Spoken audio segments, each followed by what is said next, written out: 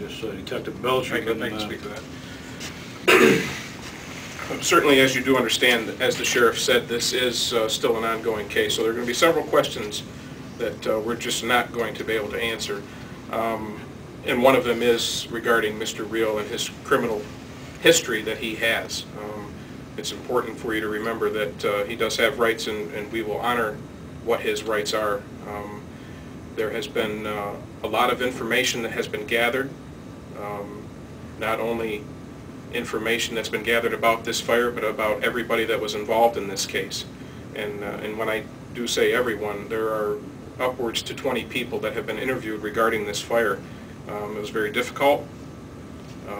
The case has, and the investigation has taken 4 weeks thus far.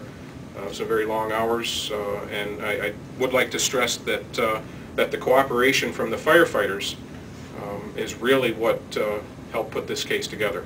If it wasn't for the fire department and the members of that fire department and the honesty and the integrity and the professionalism that they showed in cooperating with us and through some very difficult times. I mean, the two most difficult things for a police officer to do is to investigate another cop or investigate a firefighter. And certainly when that comes to an arrest, it makes it even more difficult. It's very emotional. It is a situation that nobody in this profession or in the firefighter profession wants to be in. And I really credit their dedication. If they hadn't cooperated, this case would still be investigated. Detective, one more thing, and this is again from the property owner last night.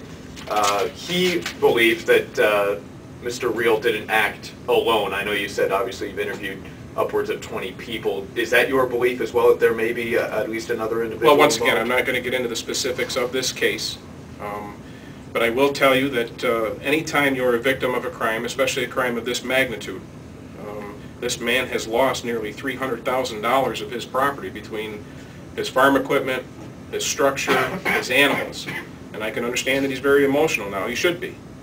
And he was very instrumental in providing us some information.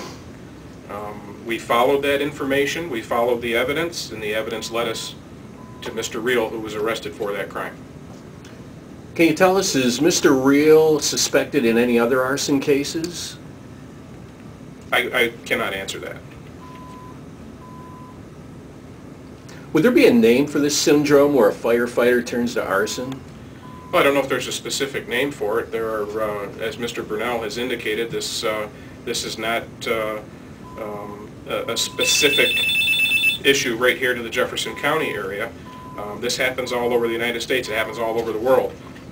Why people do what they do, you know, I'm sure that behavioral analysis people have sat and talked with arsonists to find out just what makes them tick. I mean, you can point to anything, problems with childhood, problems with the way their life is currently, you know, lack of a job, and I'm not saying that this is what is specific to this case, but you could point to anything. Really, who knows? I don't know if we'll ever know. Sometimes it's very difficult to say why people do what they do. As I said, though, fortunately in this circumstance, this particular case, with the cooperation that everybody had and the teamwork that was put forth in this investigation, that's what made this a successful investigation. It wasn't just about one person, or it wasn't about one group of people. It was a team effort, and everybody did their job, and everybody did it very well, and fortunately that's why we're here today, to be able to tell you about this.